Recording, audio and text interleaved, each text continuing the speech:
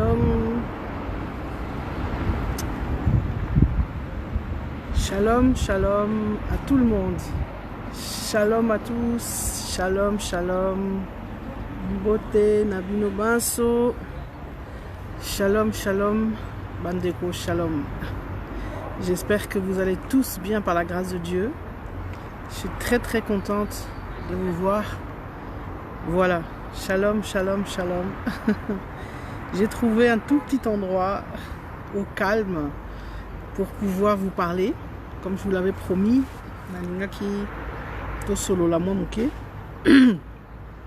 Donc j'ai la grâce de trouver ce merveilleux endroit.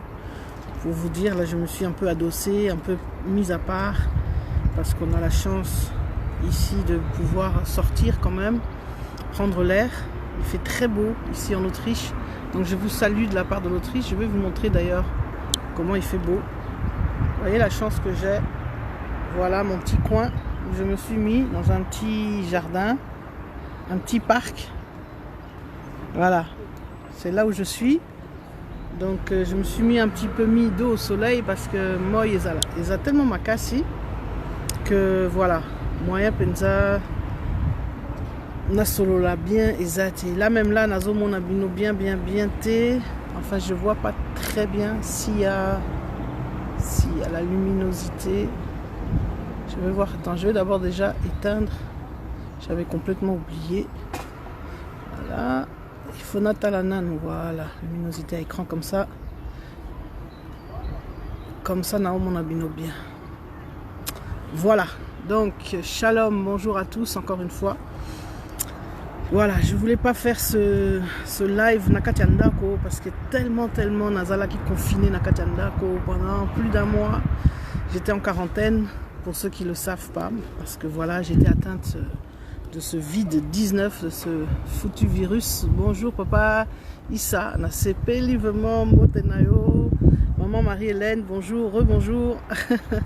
Voilà, donc Bokota, partagez, vous partagez Penza, voilà, vidéo yo, bien live yo, poto solo là. Je voudrais vraiment qu'on puisse parler. Je vous l'avais promis la dernière fois lors de mon live. Nous allons maintenant nous parler régulièrement, Toro solo là, Penza, sérieusement, parce que franchement, j'ai vraiment à cœur de vous parler et le Seigneur aussi me met à cœur de vous parler de tout ce qui se passe, de vous donner mon témoignage. Alors pour tous ceux qui n'auront pas pu ou qui n'ont pas pu suivre une partie de mon témoignage, je vous invite à aller sur la chaîne et sur la page Espoir TV, T-E-V-E, Espoir TV. Allez sur la page Espoir TV. Bon, on a témoignage, Autosali, na maman Julie, que je salue ici, que Dieu la bénisse. Donc voilà, venez suivre ça. Et là, vous allez un petit peu avoir... voilà, j'ai un petit peu parlé un peu de mon témoignage. Nabandi Kolobango manqué. Mais voilà, j'avais promis de le faire et je tiens à le faire, ici aussi. Je voudrais plutôt vous partager mes pensées, mes réflexions. C'est peut-être un peu, comme on dit, voilà, sous forme de ma solo. Je vous vois d'ailleurs. Donc voilà, je vois tous les gens qui rentrent. Alors pour la première chose vraiment que je voudrais faire, c'est rendre grâce. Rendre grâce à ce Dieu merveilleux. Je ne sais pas pour vous, mais ce Dieu, il est tellement formidable. Vous savez, dans ce temps et dans ces temps qu'on traverse, ta seule espérance, ton seul appui, ton seul réconfort, Ezakaka Nzambe. Soki Nzambe était, bonsoir maman Mich, Sandra. Soki Nzambe te nazo ibsabino que les amato. Alors je sais pas si naroloba na français, naroloba na lingala, parce que bon, batu mususu bazo senganga na loba na lingala balembi français, ba mususu balobi ke balbayo kaka lingala te balingi kaka français, donc c'est un peu compliqué pour moi de vous parler, voilà, de quelle langue choisir. Bon, on va essayer comment le Saint-Esprit nous conduit. Mais j'aimerais vous dire bonjour Mayala, bonjour. J'aimerais vous dire vraiment bonjour maman Céline. Oh voilà, puisque maman Céline est là, je n'ai pas le choix. Je suis obligée de parler en français. parce que je vois qu'il y a des personnes qui se connectent et qui ne parlent pas lingala. Donc, bon, peut-être n'a aussi la vidéo spécialement lingala pour les lingalophones, mais comme il y a aussi des gens qui se connectent, qui sont francophones et pas lingalophones, par respect pour eux, parce qu'ils se donnent la peine, parce que vraiment, ils me font l'honneur d'être là. Alors, je suis obligée de parler en français. Mais bon, comme vous le savez, lingala, c'est aussi ma langue. De temps en temps, de toute façon, les anakatia makila, comme on dit, ça ressort, ça revient. Je voulais vraiment, comme je disais, d'abord que nous prenions tous conscience vraiment de la grâce du Seigneur qui est là, de la grâce du Seigneur qui n'est pas encore épuisée. La Bible dit que tant que Jésus n'est pas venu enlever son épouse, la grâce est là. Et la grâce est vraiment là. Moi, j'ai expérimenté la grâce à de nombreuses reprises, mais particulièrement dans ces derniers moments. Vous savez, dans les temps qui sont là, dans ces temps tellement difficiles, il y a des gens qui passent par des souffrances énormes.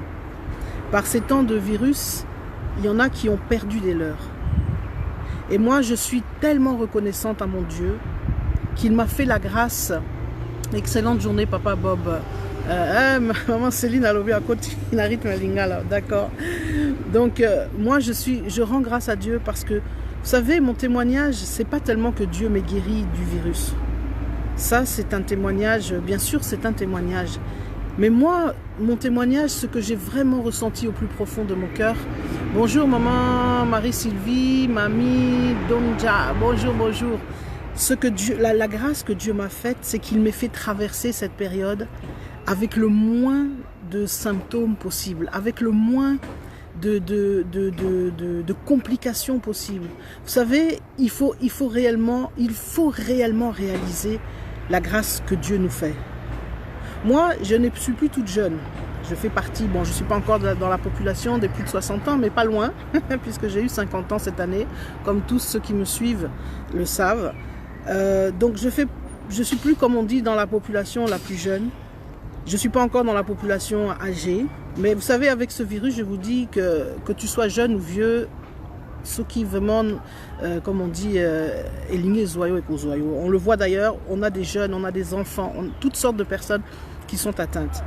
En plus, je n'ai pas une santé très bonne avec mon passé de santé. Bonjour Maï Mayala. Je n'avais pas une santé formidable, diabétique, etc. Enfin bon, voilà, bref. Donc, vous savez, le fait de pouvoir, de s'en être sorti, de pouvoir vous faire cette vidéo, c'est une pure grâce. Et d'avoir traversé ce temps, ce moment qui était, c'est vrai, c'est pas facile. C'est une pure grâce parce que Dieu m'a fait grâce. Vous n'avez pas idée à quel point. Dieu m'a vraiment fait grâce. Et je voudrais que nous prenions tous conscience. Trop d'entre nous peut-être ne prennent pas conscience de ce qui est en train de se passer ou de ce qui se passe. On en prend conscience souvent quand c'est trop tard. Bonjour François, bonjour. On en prend conscience quand les choses... oh, papa, la sens, Marcel, papa, la sens... En tout cas, on a s'appelé à trop, en forme. Je voudrais vraiment qu'on se conscientise que, vous savez, ce qui se passe, ce n'est pas un hasard.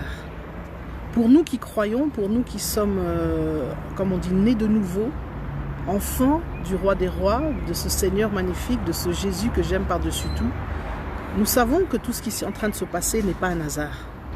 Mais je voudrais vraiment qu'on prenne conscience de la grandeur, de la bonté du Seigneur. Alors, je ne vais pas répéter ce que je disais dans mon témoignage sur Espoir TV. Comme je vous disais, pour tous ceux qui voudraient suivre le témoignage, ils peuvent aller sur Espoir TV, la page d'Espoir TV. Mais je voudrais relever comme ça quelques points. Le premier point, c'est comme je disais, la grâce. La grâce de Dieu. C'est qui suis-je moi? Qui suis-je?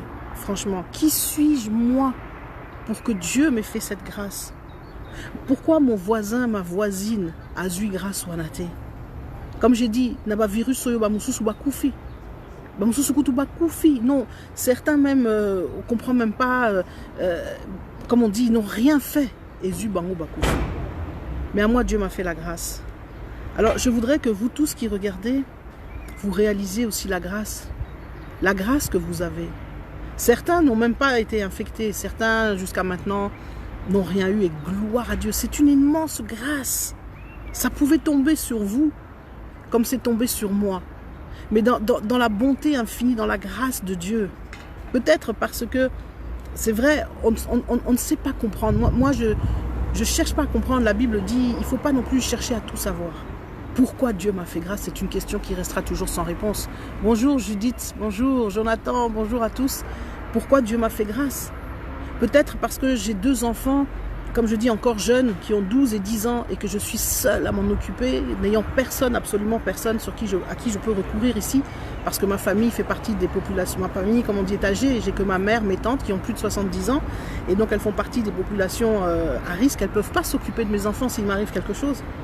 Peut-être est-ce pour ça, peut-être autre chose, je n'en sais rien. Mais vous savez, ce que je veux vous dire, c'est que Dieu fait grâce. Et que si Dieu a permis, parce que ce qui s'est passé, il faut comprendre que ce virus, moi je préfère pas l'aborder sur le plan physique, parce qu'on en parle beaucoup, on parle, et certains disent des choses justes, d'autres disent des choses fausses, etc. Il y a de tout, ça crée même des débats. Moi je vais en parler sur le plan spirituel. Ce virus, comme je le disais, ce n'est pas un hasard. Et Loko Eleki, ce n'est pas un hasard. Et si Dieu a permis ça, ce n'est pas un hasard. Bonjour Papa Lambert, bonjour, bonjour, bonjour Maman Estelle, bonjour. Oui, merci Maman Estelle, oui, Dieu m'a guéri.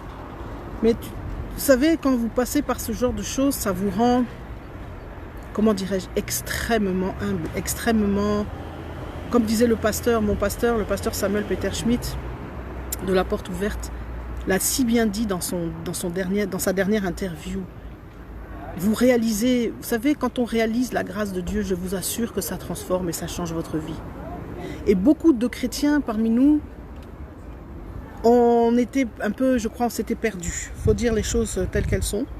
Et comme je disais, c'est une des raisons pour lesquelles Dieu, je pense qu'à travers ce qui s'est passé, il est en train d'interpeller l'Église, son Église, nous tous, à revenir au premier amour.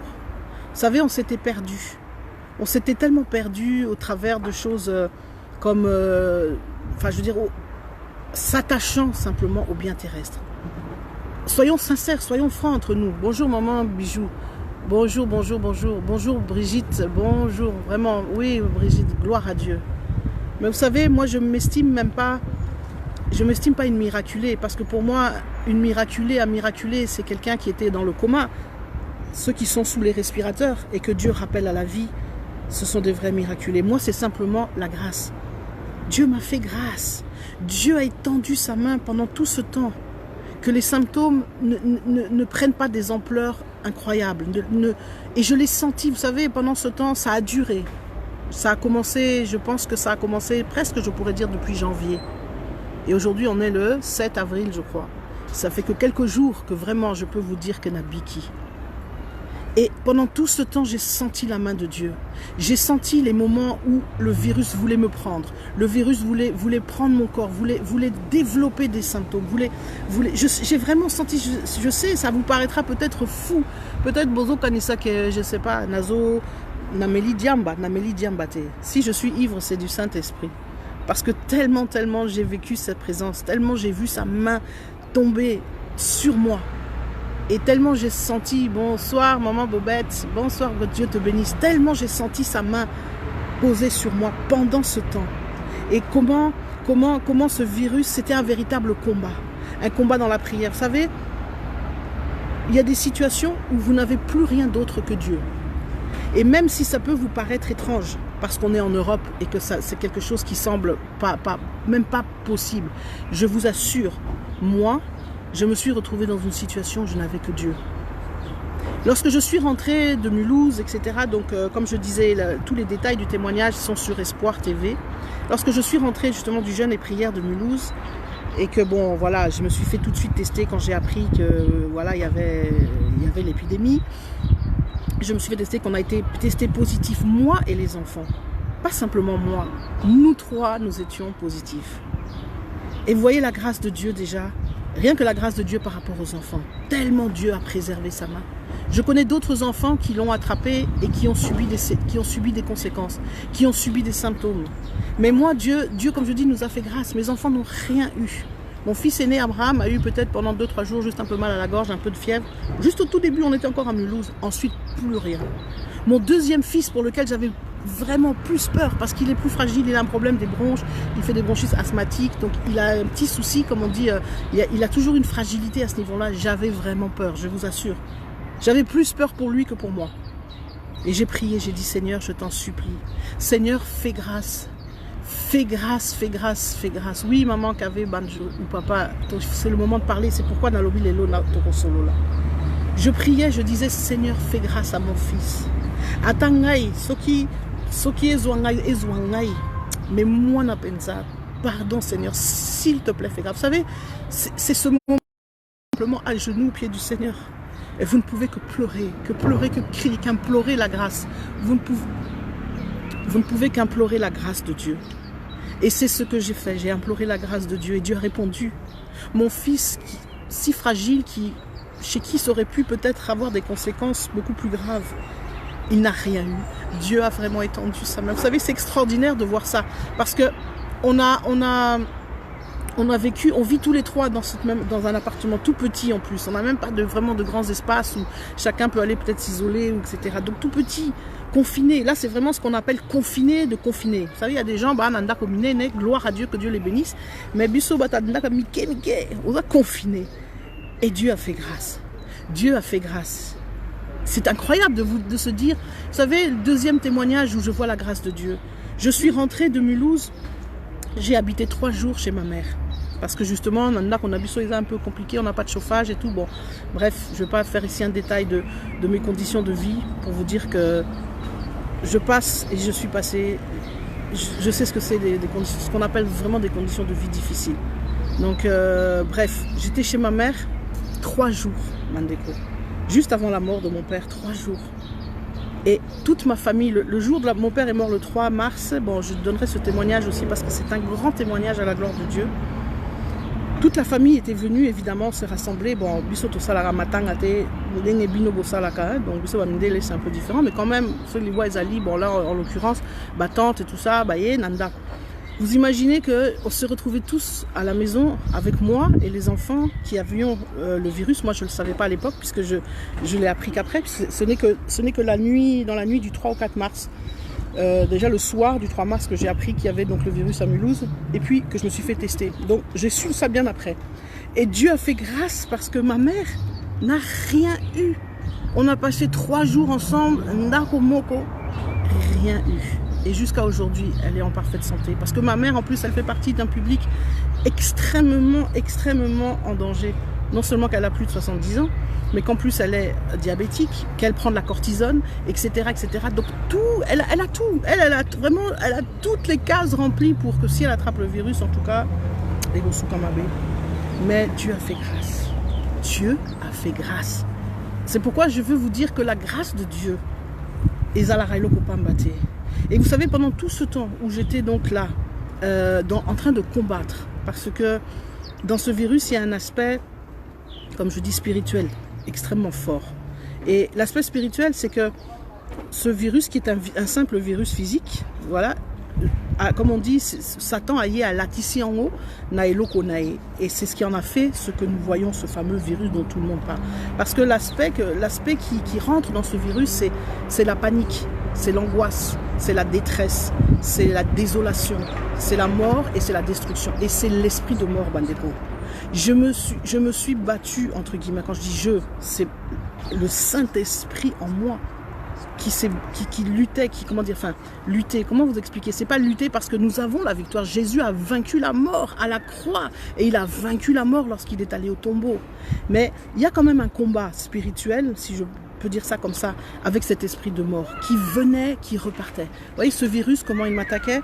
J'étais à la maison, je disais Seigneur, donne-moi la force. Il y a des moments où je ne pouvais même pas me lever du lit. Non pas que je ne pouvais pas respirer, parce que Dieu m'a fait grâce de jamais, de ne pas permettre à ce que ce virus attaque mes voies respiratoires. Des fois, je sentais des oppressions, des fois, oui, j'avais comme ça un petit peu de mal à respirer, mais rien, c'était léger, et puis ça ne durait pas. C'était peut-être une heure de temps après, c'était parti. Mais j'avais plein d'autres symptômes, à tel point que je ne pouvais plus bouger. Il y a eu des moments où je ne pouvais pas sortir du lit. Et je criais à mon Dieu, je disais, Seigneur, Seigneur, Seigneur, Seigneur, les enfants, il faut qu'ils mangent, il faut... Vous savez, c'est là où vous comprenez beaucoup de choses. Dans ces temps-là, j'ai réalisé la grâce, encore une fois, la grâce de Dieu. Vous savez, quand j'ai eu mes enfants, on a toujours des gens qui viennent vous dire comment il faut les élever. Oh, il faut boyer, il faut boyer, il faut boyer. Surtout, et pas biso bamindele. Ça, je vais vous dire un secret. Quand dans les familles, il y a bamindele, surtout dans les bonnes familles. Bon, vraiment les bonnes familles. La famille, comme moi, je suis issue d'une bonne famille, une bonne famille bourgeoise, une bonne famille intellectuelle. Donc, je ne suis pas issue de famille. Voilà, mes parents n'ont pas qui, comment dirais-je, voilà quoi. Ils avaient, je ne veux pas dire que c'est pas que Baza qui n'a mon, c'est pas un problème d'argent, mais c'est un problème de position sociale, de niveau social. Donc, vous voyez, quand vous faites partie des, voilà, ce qu'on appelle, oui, voilà, c'est ça qu'on appelle peut-être la bonne famille bourgeoise, intellectuelle, universitaire. Hein, mon père était un grand universitaire, ma mère aussi. Donc, bref, ce qui fait que, on vous dit, dans ces familles-là, il y a beaucoup d'attentes en ce qui concerne les enfants. Ouais, bana, il faut que vous leur offriez le meilleur cadre et tout ça. Bon, et c'est bien, hein, je ne suis pas en train de dire que Babilo kwa na izamabe, na lobi boité, je ne suis pas en train de dire ça, mais ça veut dire que voilà, vous avez des enfants, donc vous devez leur donner le meilleur cadre, la meilleure éducation, mais surtout, ça veut dire qu'il faut tout le temps, il faut les occuper, tout le temps on vous parle qu'il faut les ouvrir à des tas de choses, à leur faire découvrir ceci, leur faire découvrir la culture, leur faire découvrir le sport, leur faire découvrir les trucs artistiques pour éveiller les sens, toutes ces choses dont on nous rabâche matin, midi et soir. C'est pas mauvais, vous savez, c'est pas que c'est mauvais, je suis pas du tout en train de critiquer ça, parce que bien au contraire, bien sûr que c'est important. Quand tu as la chance de pouvoir donner à tes enfants la capacité, la possibilité de les ouvrir, d'ouvrir leur sens, d'éveiller, etc., tout en eux, c'est très bien. Mais quand on vous le fait, quand c'est comme une pression, quand c'est comme quelque chose où chaque fois on vous indexe en vous disant yo soko sali angote aux amutumabe, yo soko sali angote aux mère mabe, tu es une mauvaise mère, tu es ceci, tu es cela. Vous savez, on n'est que ce qu'on est. On n'est que ce qu'on est. Et encore plus particulièrement quand on est, comme je vous dis, mère célibataire, entre guillemets, quand vous êtes seul à élever vos enfants et que vous devez vous battre sur tous les fronts. Moi, j'ai beaucoup de respect pour ces femmes. Il y a des femmes, c'est pour ça, j'ai beaucoup de respect pour beaucoup de femmes africaines qui ont fait des sacrifices énormes pour leurs enfants. Elles se sont sacrifiées. C'est vrai, moi j'avoue, j'arrive pas à la cheville de beaucoup de ces femmes-là d'être capables de se sacrifier comme beaucoup de ces femmes se sont sacrifiées. Mais on fait ce qu'on peut à notre niveau, avec nos capacités. Et qu'en plus, vous savez, quand tout va mal, quand tout s'écroule, votre santé va mal, votre vie spirituelle va mal, votre vie financière, n'en parlons même pas, tout s'écroule, vous êtes, comme on dit, par terre. Vous devez essayer de survivre, vous devez quand même avancer. Vous faites ce que vous pouvez. Et quand là, vous avez une pression constamment, où on vous dit constamment, oui, il faut faire ceci, allez, il faut aller avec les enfants là, il faut les bouger, va au théâtre, va au musée, va au parc, va ceci, il faut qu'ils aillent au ski, il faut qu'ils aillent faire ce bon, sans parler de tout ce qu'il faut leur faire faire comme activité qui demande de l'argent.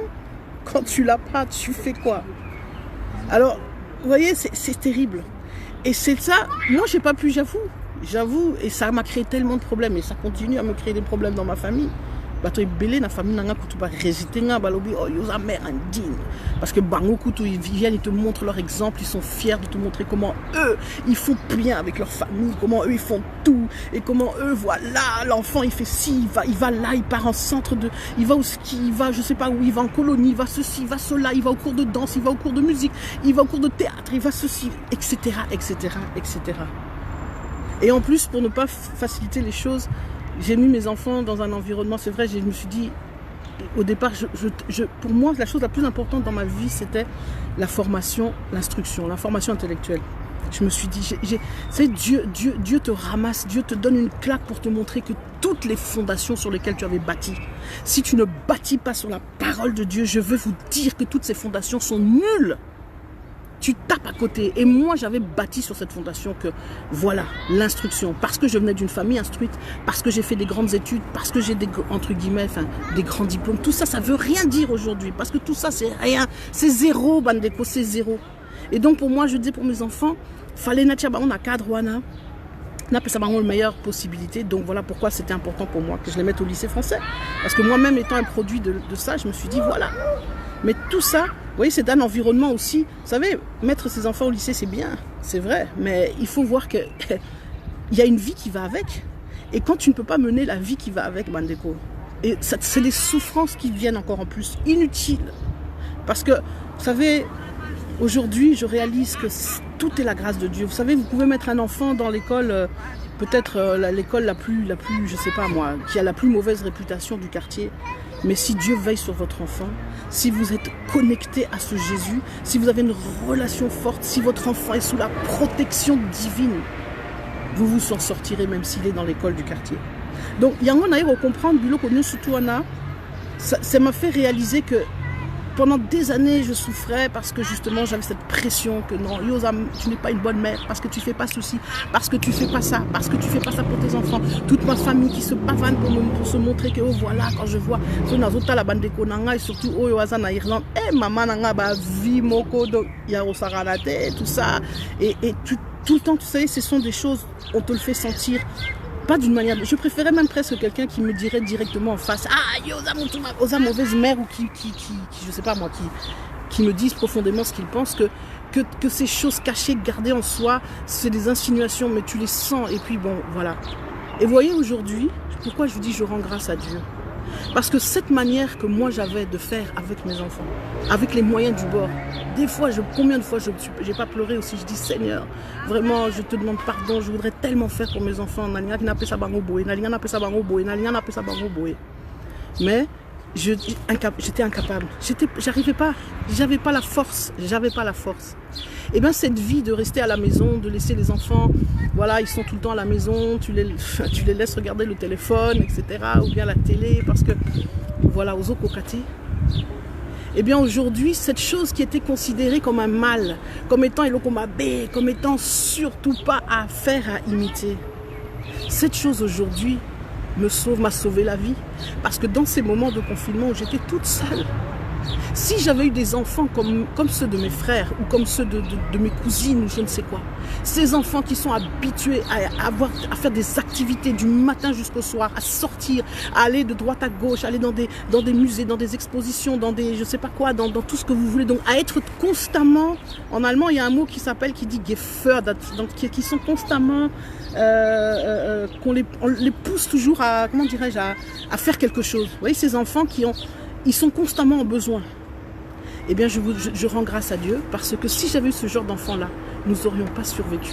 Nous n'aurions pas survécu à la quarantaine. Comment aurais-je pu répondre à ces besoins, moi, alité sur un lit? Vous imaginez être enfermé entre quatre murs? On a combien? 59 mètres carrés, voilà, chez nous, enfermé avec des enfants qui sont incapables de rester dans leur chambre ou de rester à ne rien faire pendant toute une journée, mais c'était impossible. Et c'est là aujourd'hui où la chose qui était décriée, la chose qui était considérée comme le mal, qui était considérée où on me traitait, on me rejetait de toutes les manières possibles, aujourd'hui c'est une grâce. Parce qu'aujourd'hui, mes frères, et enfin tous ceux-là, eux souffrent. Je vois les enfants de mes copines, là, etc., souffrir. Parce que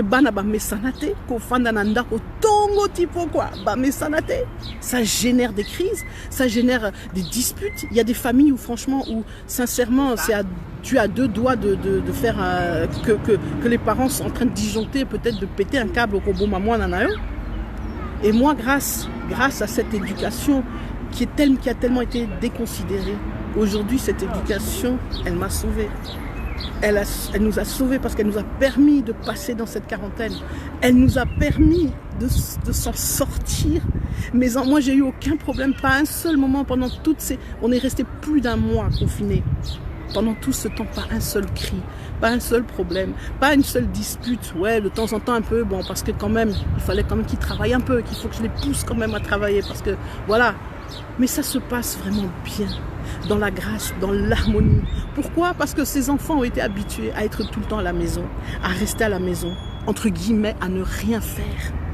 Alors vous voyez, c'est vrai, quelque chose pour vous montrer comment Dieu est bon. Quelque chose qui est considéré comme un mal. Et qui est quelque part, c'est vrai, un mal. Je suis encore en train de fois, vous savez, je ne suis pas fière. Moi, je suis franche avec vous, je vous avoue, je ne suis pas fière de ne pas avoir pu faire tout ce que je pourrais faire, ou tout ce qu'ont fait mes frères, mes sœurs, tous ceux que je vois autour de moi, ma famille, etc. Je ne suis pas fière de ne pas pouvoir leur donner cette éducation-là.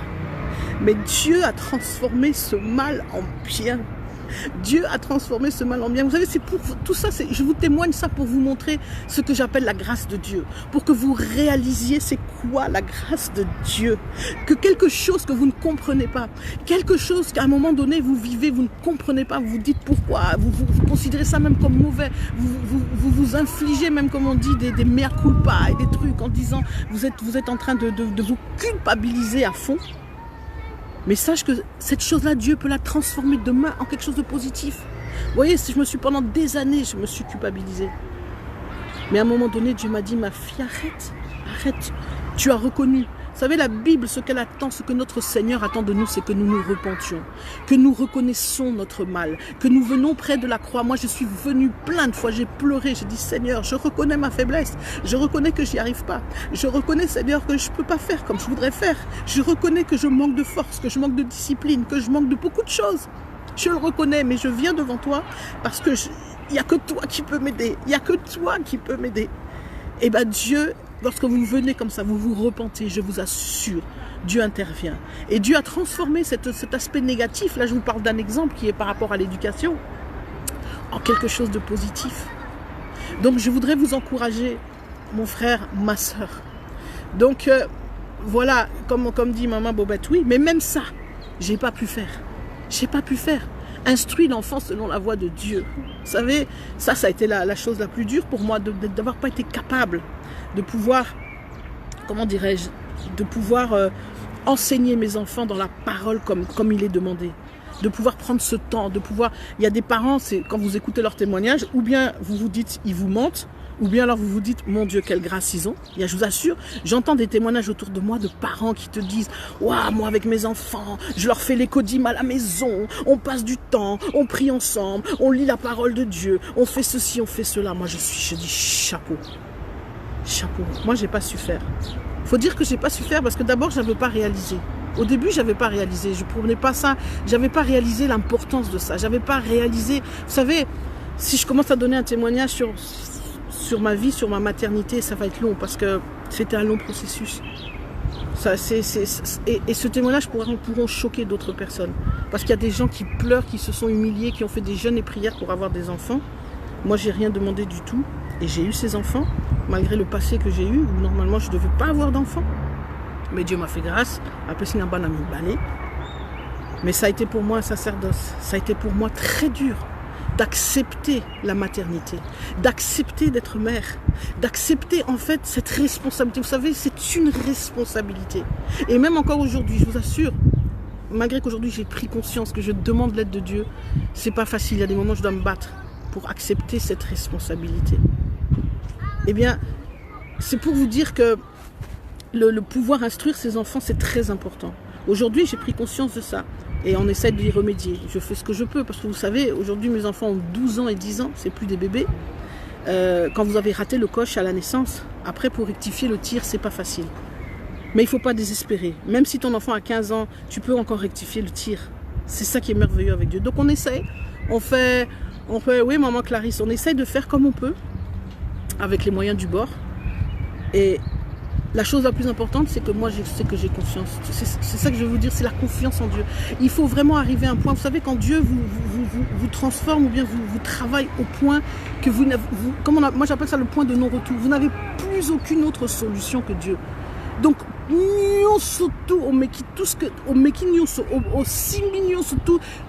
rien ne fonctionne. Dieu vous enlève tout. Il ne vous reste plus que la vie. C'est-à-dire, en fait, est arrivé à un point, ce qu'on appelle le dénuement total. Le dénuement total. Il ne te reste plus que le souffle. C'est-à-dire, il ne te reste plus que ça. La vie, c'est ça que j'appelle la vie, dans sa plus simple expression. À ce moment-là, vous allez, je vous assure, revenir à Dieu. Vous allez revenir à Dieu. Tu vas reconnaître ton Créateur. Tu vas te soumettre à ton Créateur. Et tu vas rentrer maintenant dans cette relation merveilleuse. C'est ça qu'on appelle la nouvelle naissance en fait. Vous savez, beaucoup parmi nous, c'est ça qui est triste. Et je crois que c'est pour ça que Dieu nous interpelle, beaucoup dans l'église. soit ils ne sont pas réellement nés de nouveau, soit comme je dis, ils ont oublié. Parce que les tracas de la vie, les séductions de la vie les ont éloignés du premier amour. Mais moi je veux vraiment vous appeler, merci beaucoup hein, Pauline, je vois beaucoup de témoignages, je n'ai pas le temps de tout lire, mais merci. Je veux vraiment vous exhorter à revenir à ce Dieu-là. Parce que c'est lui. Vous savez, à partir du moment qu'aujourd'hui, je suis dans une paix, vous n'avez pas idée. Vous savez, aujourd'hui, je peux être là, les circonstances peuvent sembler complètement, comment dirais-je, complètement sans issue, sans espoir, complètement négatives. Mais je suis dans la paix. Parce que le plus important, vous savez, le plus important, et c'est ça que beaucoup de gens n'ont pas compris, c'est pas cette vie ici sur Terre. Le plus important, c'est pas que non, na bala, na bota, na sombandako, na zala na mon ebele, na voyager, na somba dernier iPhone, na somba dernière Mercedes ou je ne sais quoi, na somba Gucci, c'est pas ça le plus important. Le plus important, c'est le salut, bandeko. Et vous savez, quand avec la mort de mon père, j'ai réalisé beaucoup de choses. Je reviendrai sur ça, je ferai une vidéo sur ce témoignage-là aussi. Osons réaliser que la chose la plus importante est Zali vi Nzambe. Et quand tu commences à te remettre dans les mains de ton Dieu, tu es dans une paix parce que tu sais que tu es en sécurité. Et que tu sais que ton Père est là. Ce Dieu qui a tout créé. Que là, vous voyez, je vois le ciel bleu, je vois les arbres, je vois le vert, je vois ce soleil. C'est Dieu, c'est mon Père qui a tout créé. Ce Père, comme il dit dans Matthieu, si Dieu prend soin des oiseaux, il prend soin des fleurs, comme la fleur de lys qu'il a habillée, comme il dit, de cette magnifique parure. Il prend soin de toute sa création. À plus forte raison, la créature la plus importante pour Dieu, qui est nous, qui sommes les êtres humains. Comment ne va-t-il pas prendre soin de nous? Et la Bible dit que si tu fais de Dieu ton refuge, si tu fais de Dieu ta forteresse, ton roc, ton appui, il va veiller sur toi. Peu importe les circonstances, peu importe si tu ne vois pas demain, peu importe si tu te dis, mon Dieu, je ne sais pas comment je vais payer, mon Dieu, je suis à 2 doigts d'être expulsé de chez moi, mon Dieu, je ne sais pas, peu importe ça, au commun à la main de Dieu. Dieu a dit qu'il ne te laissera jamais. Vous savez, la Bible dit que Dieu pourvoira toujours à nos besoins. Et j'aimerais qu'on réfléchisse sur ce qu'est le besoin. Beaucoup de gens ne comprennent pas ce passage. Ils pensent que, oh voilà, est-ce que le besoin, ce n'est pas ce que toi tu désires? Toi, tu désires par exemple une grande maison. C'est pas mauvais, c'est pas un péché de désirer une grande maison. Mais est-ce réellement ton besoin? Dieu ne l'exaucera pas. Forcément, il peut l'exaucer. Gloire à Dieu s'il te donne une grande maison. Gloire à Dieu. Mais Dieu, la Bible te promet que Dieu va exaucer les besoins, pas les désirs, pas le superflu. Par exemple, vous savez, j'avais ce témoignage une fois, j'avais besoin d'une voiture, vraiment j'avais besoin d'une voiture. Et j'ai dit à Dieu, j'ai besoin d'une voiture. Mais moi, c'est vrai que dans ma tête, une voiture, je voulais une belle voiture. C'est normal, on est tous, je suis comme vous tous, on est humains. Et puis tu as envie de voir une belle voiture, tu as envie de marcher avec une voiture neuve, etc. Aux anaposa, il y a autant la voiture à bien. Même pas tellement pour montrer, ce n'est même pas pour le matu vu. Moi, gloire à Dieu, merci que Dieu m'ait préservé de ces choses-là. Mais simplement, j'avais envie d'une belle voiture. Mais si je vous témoigne la voiture que Dieu m'a donnée, mais ça c'est le diable. Non. Le besoin. La voiture, elle avait 4 roues, elle fonctionnait, elle marchait. Mais c'était pas, voilà, mais c'était une voiture, il y a simple, il y a pamba, il y a une vieille voiture, donc voilà quoi, sans confort, sans luxe. Mais ça me permettait de me déplacer d'un point A à un point B. C'est ça le besoin. Donc la Bible sait ce que tu as besoin et la Bible dit qu'elle va toujours veiller à tes besoins. Donc c'est ça qu'il faut qu'on comprenne, Bandeko, que tu n'as pas besoin de te faire du souci. Dieu ne permettra pas que... Comme on dit d'ailleurs que d'abord même, par rapport à la tentation et tout ça, ça c'est encore un autre sujet. Mais Dieu ne permettra pas que tu vas te retrouver dans des situations où vraiment tes besoins sont en danger. Moi, je vous assure, j'ai vécu beaucoup de choses très difficiles, mais toujours, j'ai jamais manqué à manger. Malgré que parfois il y a des jours, tozolia kaka 1 fois par jour. Même si ça peut paraître bizarre, ah na poto, orolia 1 fois par jour. Mais ça n'a été. Oui, quand je vois la vie, il y a des cousines dont les enfants de mon frère, on va aller à 3 fois par jour, petit déjeuner, repas de midi, repas du soir. Et bon, et bien manger quoi. De vrai, comme on dit, ce sont des Français. Hein. Bon, vous savez, les Français, chez eux c'est sacré hein, de manger le repas. Mais ça n'a rythme en athée. À petit déjeuner, et puis barolia 1 fois par jour. On pourrait dire, franchement, c'est là où je dis ils sont congolais. Parce que dans Mbokapé, c'est souvent comme ça. Et encore au pays, ceux qui mangent même une fois par jour, c'est une grâce. Avec les situations actuelles, il y en a qui ne mangent même pas. Donc vous voyez, la Bible dit que les besoins. Mais comme j'ai dit, on n'a jamais manqué. Taulier, Banananga n'ont jamais manqué de quoi que ce soit. Ils n'ont jamais manqué de vêtements. Ils n'ont jamais manqué... On a toujours eu, même dans les conditions compliquées, on a toujours eu un toit sur la tête. C'est ça qui... Ça veut dire les besoins. Oui, bien sûr que je rêverais d'avoir une belle maison. C'est bien sûr que j'aimerais avoir une belle maison avec un jardin. Mais ce qui Bible est lobby que n'a pas à toi sur la tête. On te donne un morceau de toi, que ce soit chez toi, chez quelqu'un, parce que quelqu'un t'héberge, parce que voilà, bozo cascadé, tout ça. Mais c'est un toit sur la tête. C'est encore mieux que d'être à la rue. Vous savez, il y a eu des moments à deux doigts, il y en a qui m'ont cicaté que bon, Nala là vraiment le banda. Mais après j'ai dit Seigneur, non, Bana, s'il te plaît, non. Tu éviter le quoi n'a Bana. Donc c'est pour vous dire que, vous savez, on ne rend pas assez grâce à Dieu. On ne rend pas assez grâce à Dieu pour tout ce qu'il fait, pour ses bienfaits, pour le souffle de vie qu'il te donne. Tous les matins, aux Ola Mukaïza et sa grâce. On a trop couru après le matériel et on voulait ceci et on voulait dire qu'on était des chrétiens. Ouais, moi je suis un chrétien, comme je suis une chrétienne, je suis l'enfant de Dieu, je suis la fille du roi des rois. Je dois montrer que il faut Nalakissa, moi je peux que l'excellence, il faut ceci, il faut cela, il faut que j'ai la plus belle voiture, il faut que j'ai le plus beau mariage, il faut que j'ai, je sais pas moi. Non, relisez votre Bible, Bandeko, c'est pas ce que Dieu nous appelle. Vous savez, si Dieu te bénit, gloire à Dieu. Et moi, je suis la première. Quand j'entends des témoignages où Dieu a béni quelqu'un en surabondance, mais gloire à Dieu. Mais sache que s'il t'a béni aussi comme ça, c'est qu'il attend quelque chose. Il ne faut pas croire qu'Ezak a capable. Souvent, la Bible dit à celui à qui il est beaucoup donné, il sera beaucoup demandé. Donc, si Dieu te bénit en abondance, voire en surabondance, il y a un prix aussi à payer. Voilà, c'est pas pour toi. Si tu lis, moi c'est ce qui m'a frappé, je suis en train de lire ma Bible, faire des études, et de voir que toute ma Bible de A jusqu'à Z, l'objectif c'est pas soi, c'est le prochain. Quand Dieu chaque fois te donne quelque chose, c'est même les dons, vous voyez les dons que Dieu nous donne, don de prophétie, le don de l'interprétation des langues, le don de guérison, tout ce qu'on voit. Mais c'est pas pour soi, c'est pour les autres, c'est pour édifier les autres.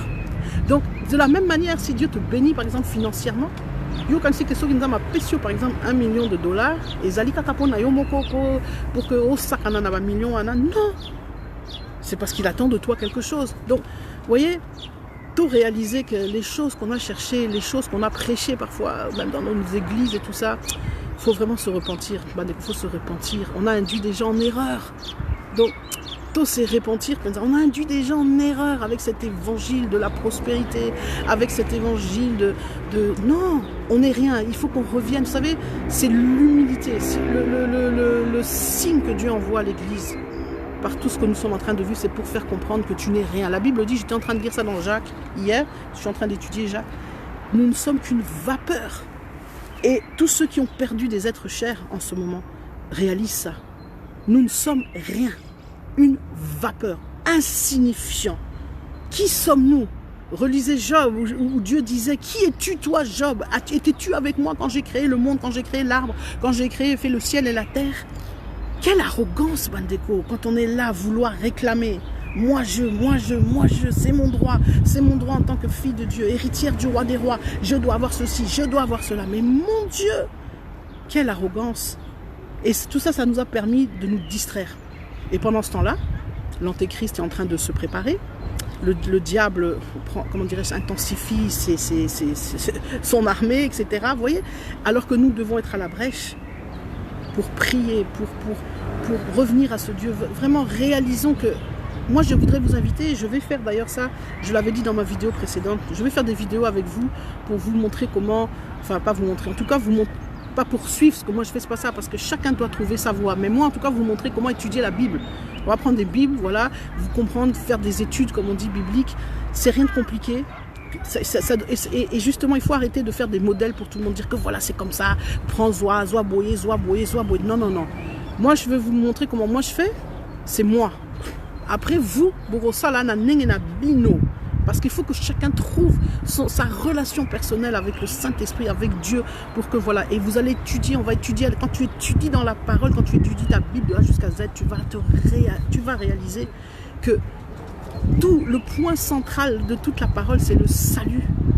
Le point central, quand je regarde surtout les évangiles, surtout les actes, mais c'est à ça que nous devons revenir, c'est à cela. Moi, j'ai toujours dit, mon exemple, c'est Paul. Moi, je veux être un Paul féminin. Je le dis, je veux être un Paul féminin. C'est à ces hommes-là qu'on doit ressembler.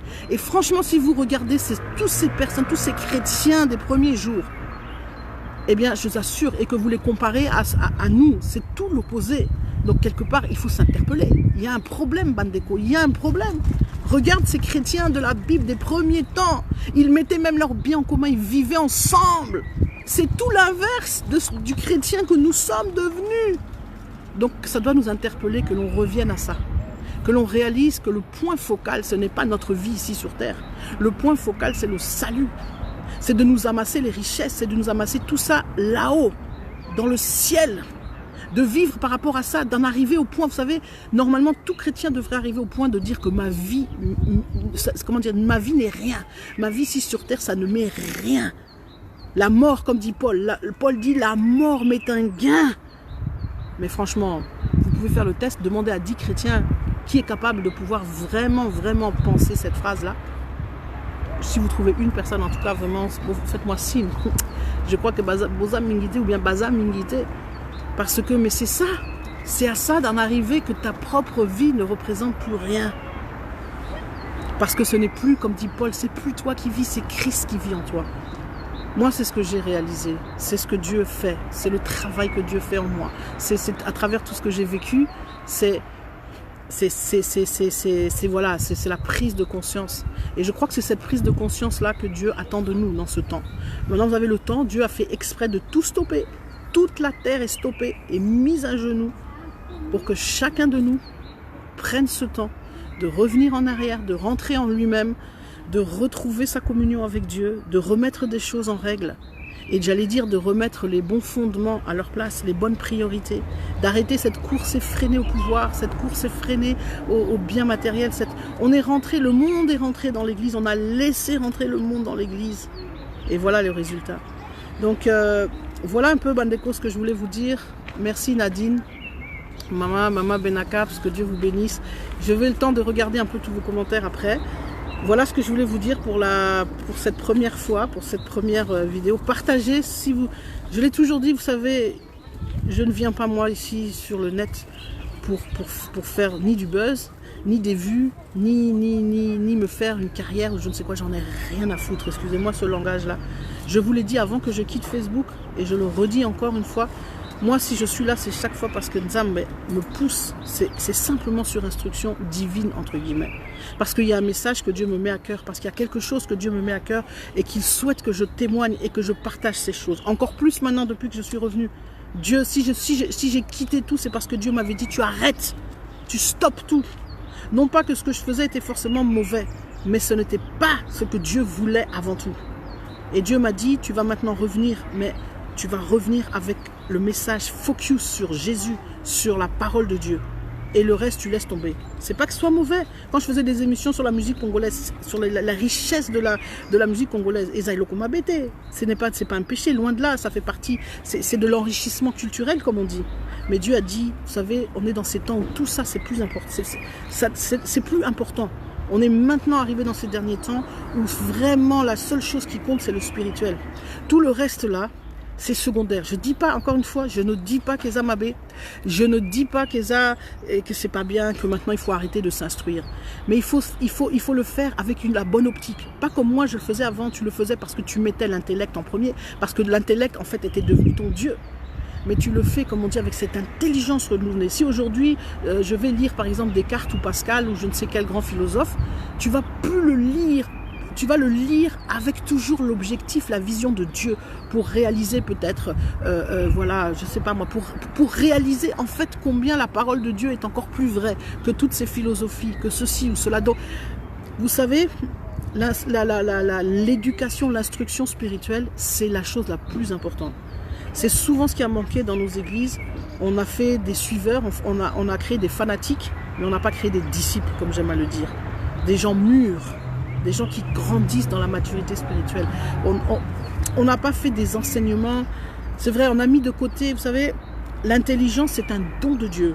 C'est une grâce, c'est un don que Dieu a donné. Ce n'est pas pour qu'on le jette aux orties. Souvent dans les églises, on a considéré qu'être intelligent, se servir de l'intelligence, etc. Ils ont péché, ils ont mabé, il faut qu'un spirituel. C'est faux. Il faut que ceux qui soient intelligents l'utilisent dans le bon sens pour glorifier Dieu, pour rendre grâce et gloire à Dieu. Faire des études bibliques sur des sujets profonds, c'est génial. Vous savez, moi j'ai eu cette chance de pouvoir participer à ça quand j'étais à Paris, dans certains milieux protestants. Vous savez, même dans les milieux catholiques d'ailleurs, vous avez des études, vous faites des études bibliques intellectuelles comme on dit. Mais c'est génial, c'est important. Mais il faut que ça soit, comment dirais-je, renouvelé par l'esprit. Il faut que ces études bibliques ne soient pas simplement là pour être juste une discussion d'intellectuels. Mais il faut que ça nourrisse. Mais il faut que les intellectuels aussi, comment te dire, l'évangile ne concerne pas que, comme on dit, même si la Bible dit heureux les simples d'esprit. Lorsqu'elle dit heureux les simples d'esprit, c'est les gens simples, c'est les gens pas compliqués. C'est vrai, c'est les gens peut-être, comme on dit au bazin d'Amayele, comme on dit mon coussé. Mais Bataba intellectuel, il faut que Bayananzambe, Paul, c'en est le meilleur exemple. Paul, si tu le transposes dans notre monde actuel, c'est comme si c'était un grand philosophe.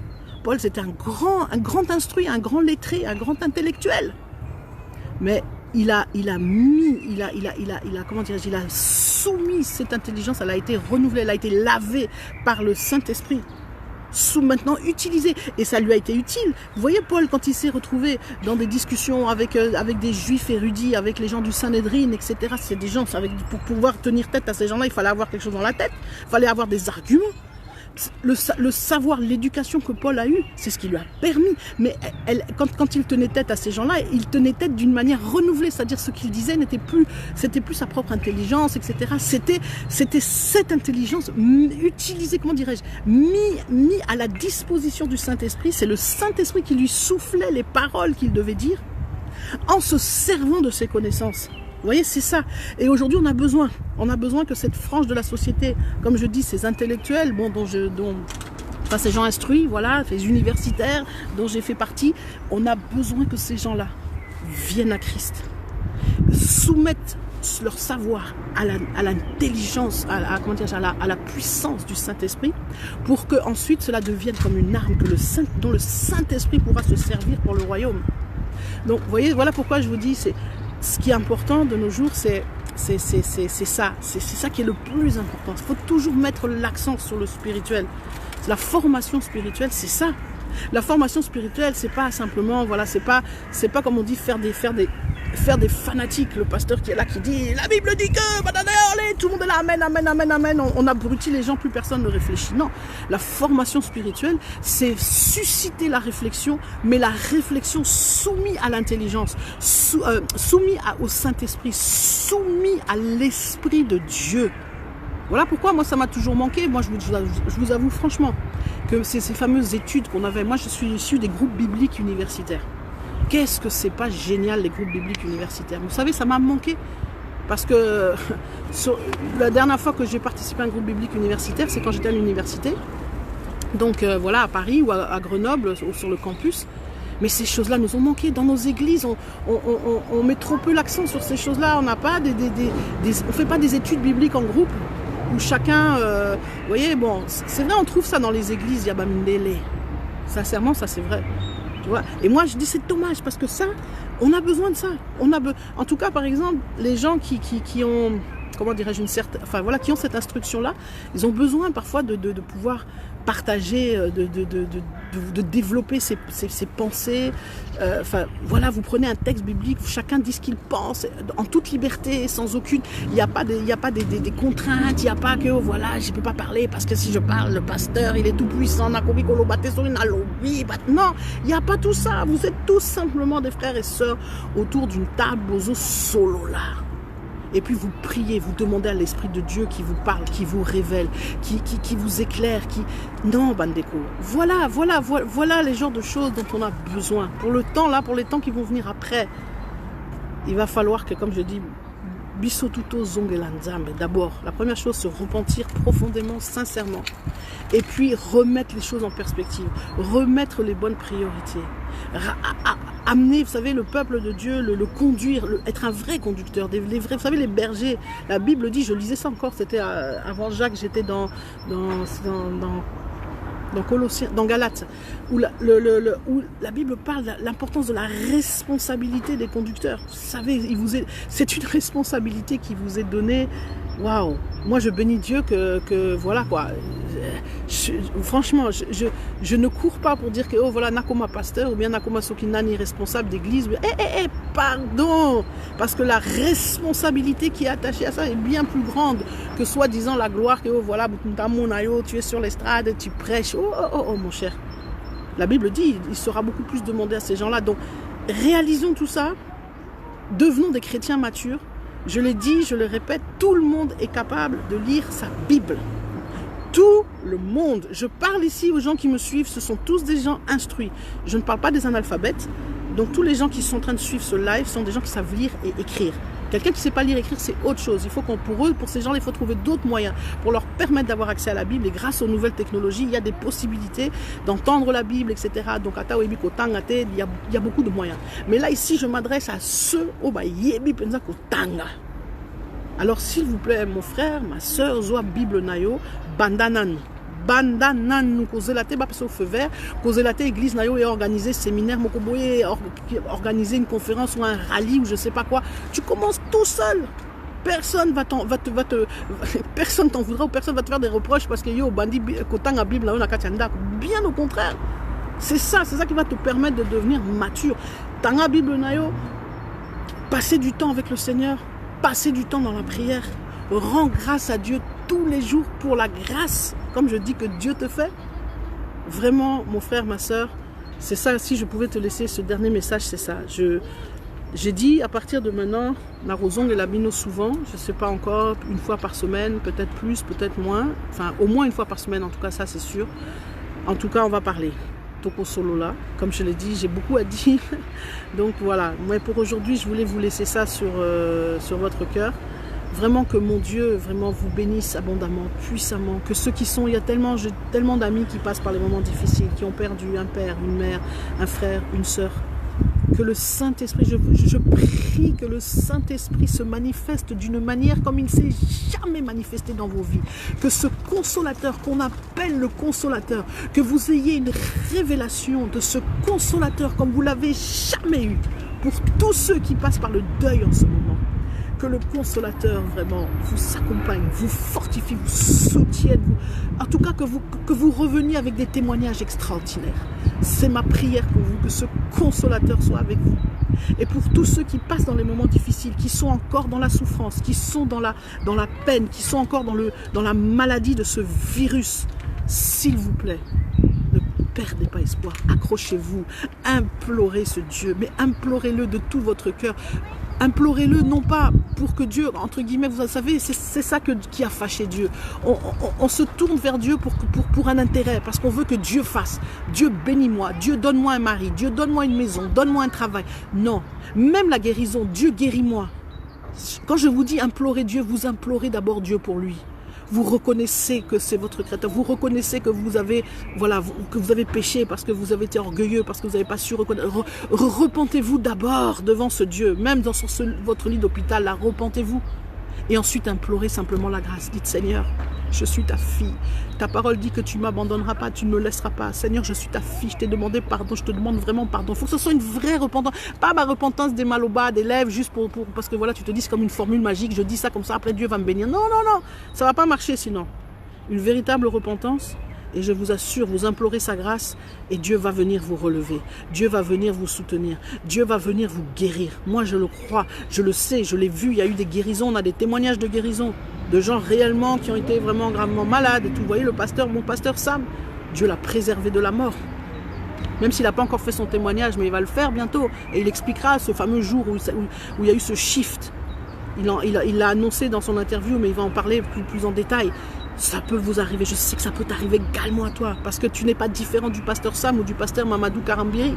Tu es une même créature, tu es pareil, tu es un enfant, une enfant de Dieu. Si tu t'es remis en règle avec ton Seigneur, si tu t'es repenti de tout ton cœur sincèrement, eh bien Dieu il t'aime autant qu'il aime le pasteur Sam, il t'aime autant qu'il aime le pasteur Karambiri, il t'aime autant qu'il aime tel ou tel pasteur, il t'aime autant de la même manière et il va veiller sur toi et que la main de Dieu soit sur toi. Je prie vraiment que la main de Dieu soit sur toi, que la protection divine t'accompagne, que la guérison soit ton partage au nom de Jésus. Seigneur, merci maintenant que toutes les personnes qui sont malades, que toutes celles qui souffrent, mon Dieu, mon roi, je prie pour cette personne, que tu les gardes, que tu les préserves, que tu les guérisses, que tu les ramènes, Seigneur, à la vie.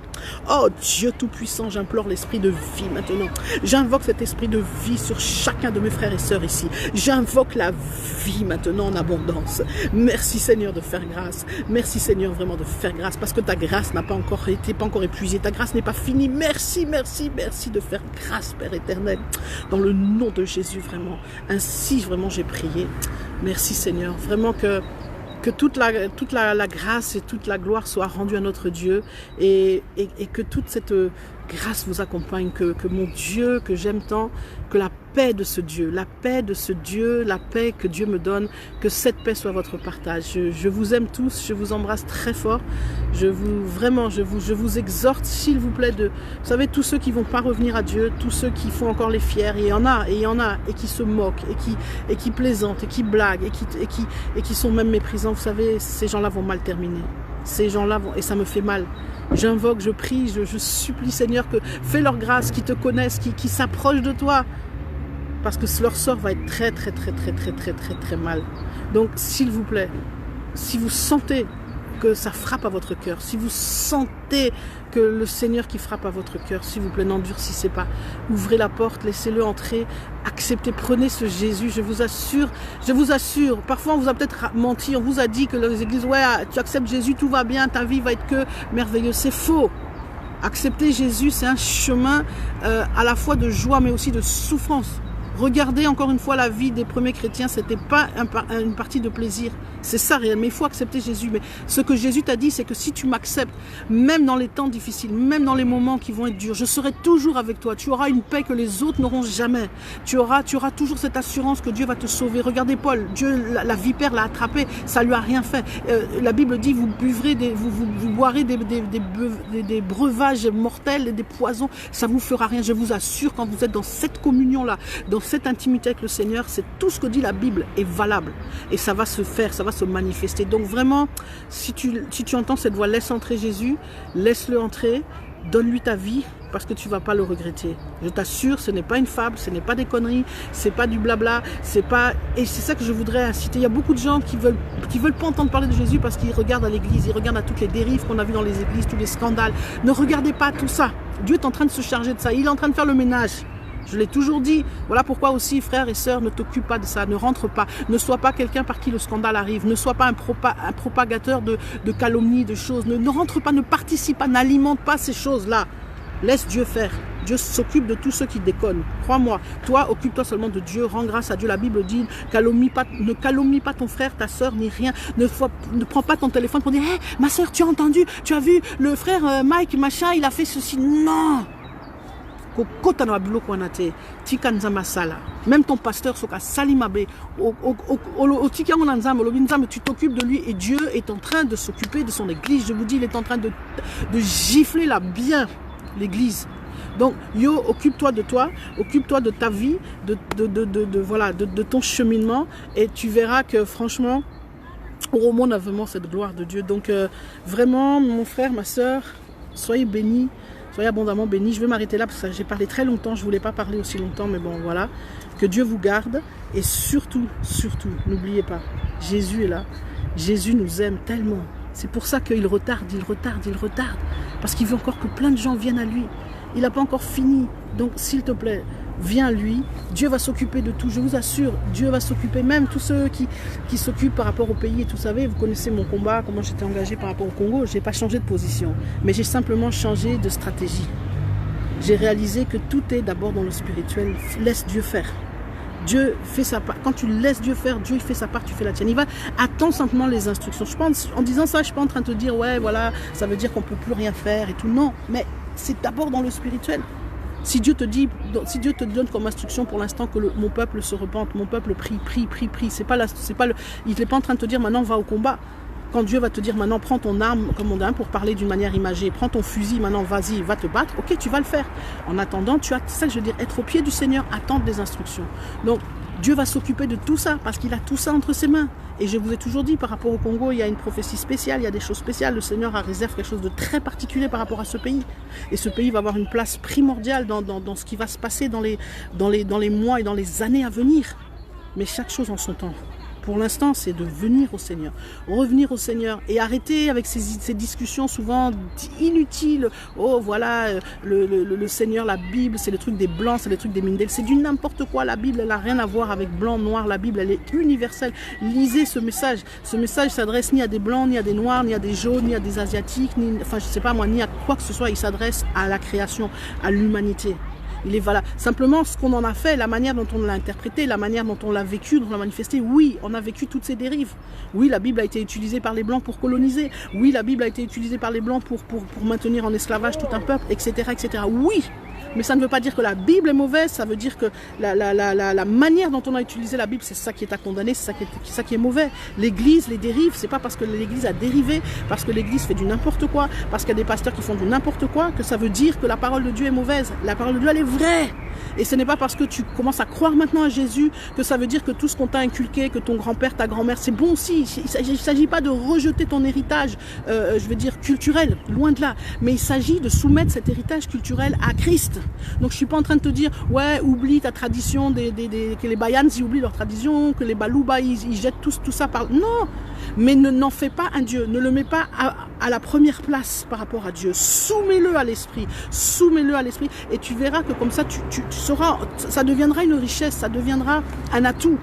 Parce que ça sera soumis à l'esprit, c'est ça simplement. Donc la Bible, elle est pour tout le monde. Tout le monde doit venir à Christ. Tout le monde doit se convertir. Je suis désolée. On ne parle pas d'une religion, même si tu es d'une autre religion. Je te respecte. La Bible dit, respectons-nous. Parle à ton frère toujours avec amour et compassion. Enfin, comme on dit, avec amour. Il ne s'agit pas de commencer à aller voir un musulman pour lui dire, ouais, toi, t'es un faux type, ou je ne sais pas. Non, mais de prier pour lui et de laisser le Saint-Esprit faire, mais voilà quoi. Donc, Boyan Nzambe, vraiment, c'est de ce Dieu-là dont je vous parle. Moi, je vous parle du Dieu de la Bible. Je ne vous parle pas du Dieu d'une église. Je ne vous parle pas du Dieu d'une dénomination. Je ne vous parle pas du Dieu d'une culture ou d'un héritage culturel. Je vous parle du Dieu de la Bible, le véritable, le seul, l'unique. Que tu l'appelles Nzambe, que tu l'appelles Nzamapungu, que tu l'appelles Dieu, peu importe quel est le nom que tu lui donnes.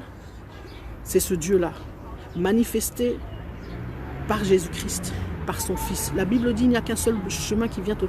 Je suis désolée, mais c'est clair. Nul ne vient au Père que par moi. Je suis le chemin, la vérité, la vie. Voilà ce que Jésus a dit. Personne d'autre n'a dit ça. Sur terre, si vous regardez dans toutes les religions, vous ne trouverez jamais aucune autre qui vous dira que le seul moyen de venir au Père, c'est par Christ. Donc, voilà. Bandeko, vraiment, que Dieu vous garde, Dieu vous bénisse. Je m'arrête là. Je vous dis à bientôt. Je vous souhaite une excellente journée. Bye bye, je vous aime. À bientôt. Ciao, ciao.